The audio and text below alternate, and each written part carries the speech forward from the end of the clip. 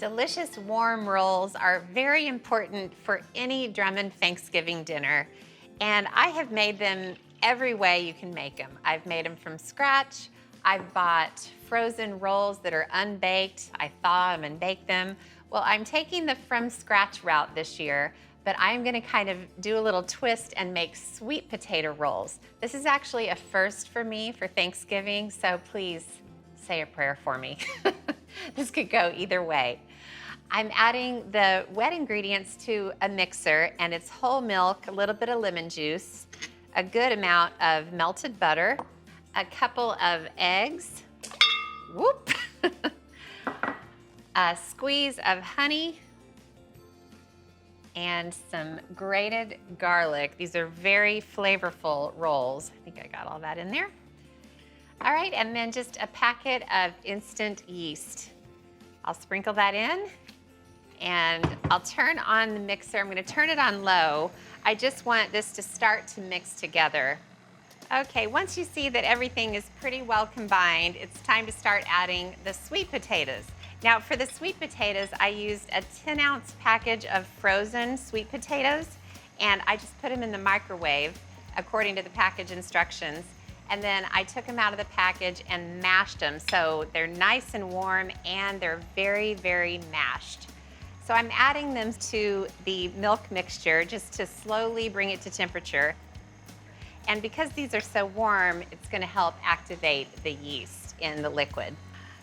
Okay, thank you mixer, thank you whisk. I'm gonna take the whisk attachment off and switch to the dough hook, and this is gonna help me kind of finish up the dough. All right, I'm gonna turn the mixer back on. I'm gonna sprinkle in a good amount of salt, and it's time to add the flour. This is bread flour, and I'm gonna add it a half a cup at a time. If you overload it, it's kind of hard to get it all mixed together. And you wanna stop when it's still a pretty moist dough. That is looking so good. Oh, the color of sweet potato rolls.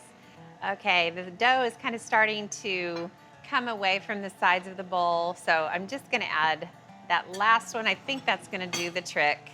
Okay, now I'm gonna let the mixer do the muscle work and knead the dough, and then I'll let it rise and make the rolls.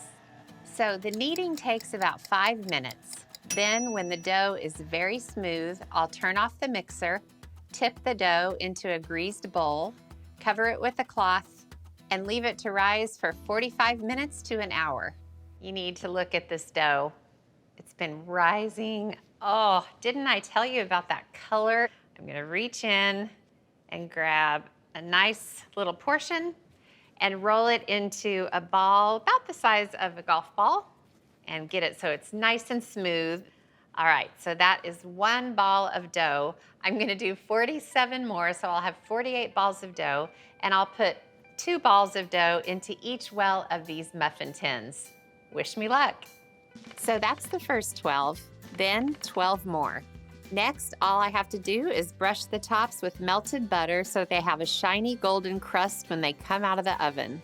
The rolls haven't even baked yet, and they already look so good.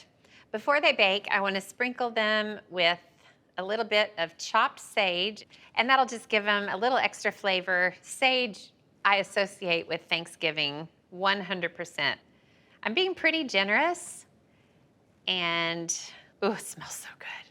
All right, I got them all sprinkled, and now a little bit of sea salt on top of each one. Okay, now I'm gonna let them rise for 30 minutes, and then I'll pop them in the oven. So when they've risen, I'll bake them at 375 degrees, and after 15 minutes, they're golden, delicious, and perfect for the feast.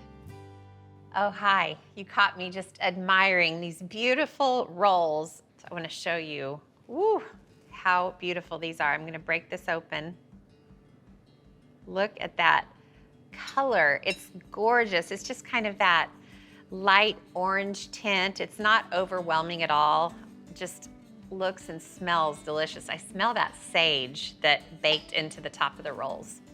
So the very best way to serve these is just to spread some softened butter on both halves. And isn't that nice just how they perfectly break in half? All right, I know I said that the green bean casserole was gonna be the star of the show, but I think I'd like to change my answer to these rolls. You've got to make these.